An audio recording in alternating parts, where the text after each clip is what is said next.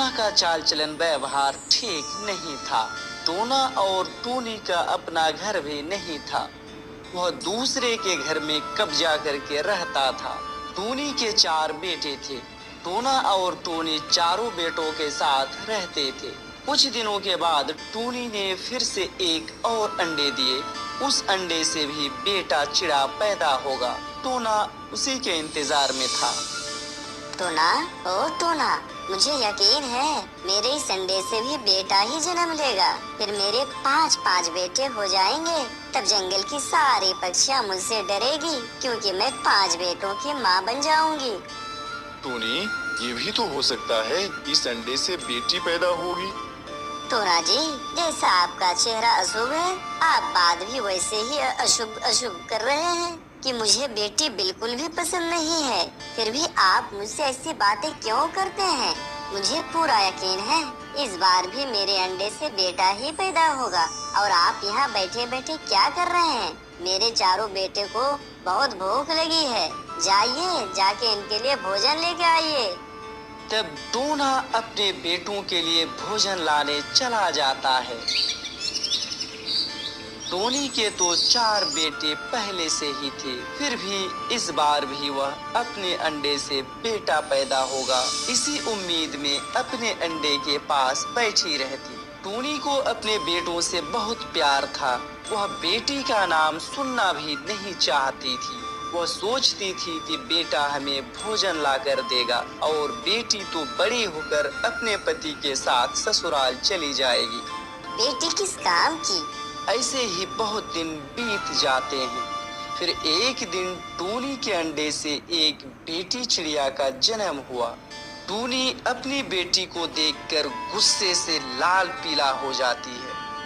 देखिए, देखिए टोना जी, आपके अशुभ मुंह से निकली बात ही सच हो गया।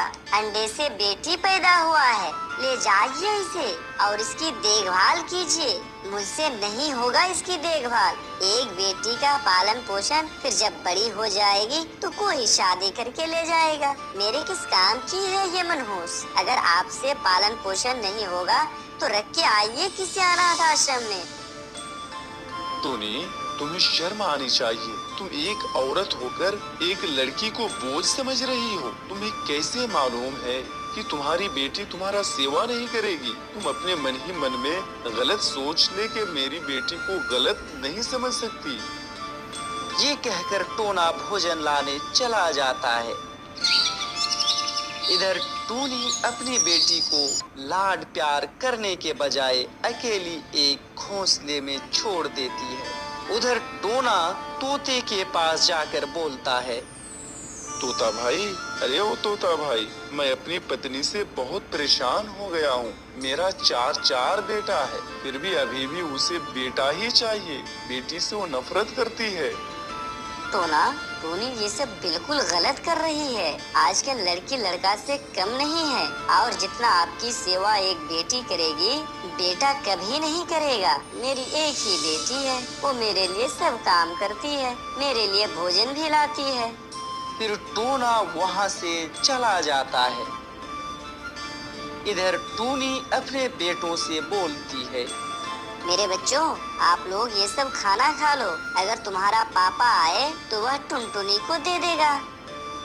मम्मा मम्मा, टुनटुनी तो हमारी ही बहन है ना, उसे भी कुछ भोजन दो ना, उसे भी भूख लगी है मम्मा। जब अपने से भोजन ढूंढ लाओगे तब ऐसी बातें करना। अभी चुपचाप खा लो। बड़ा आया बहन का ख्याल रखने वाला। तभी वहाँ टोना भी आ जाता है और फिर टूनी से कहता है, टूनी, टुनटुनी खाना खाई है या नहीं? टूनी तो टुनटुनी को खाना खिलाई ही नहीं। फिर भी टूनी टोना से झूठ बोलती है। हाँ टोना जी, सबको बराबर बराबर भोजन दी थी, उसने पहले ही खा के खत्म कर दी।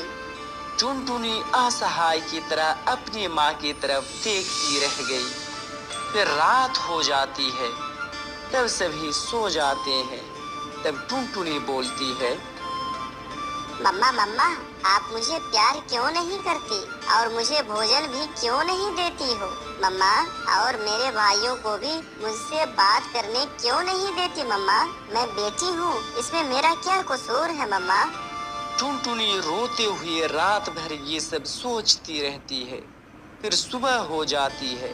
तब टूनी बोलती है, उठो उठो मेरे बच्चों, सब एक साथ उठ जाओ। आज हम लोग तुम्हारे नानी का घर जाएंगे।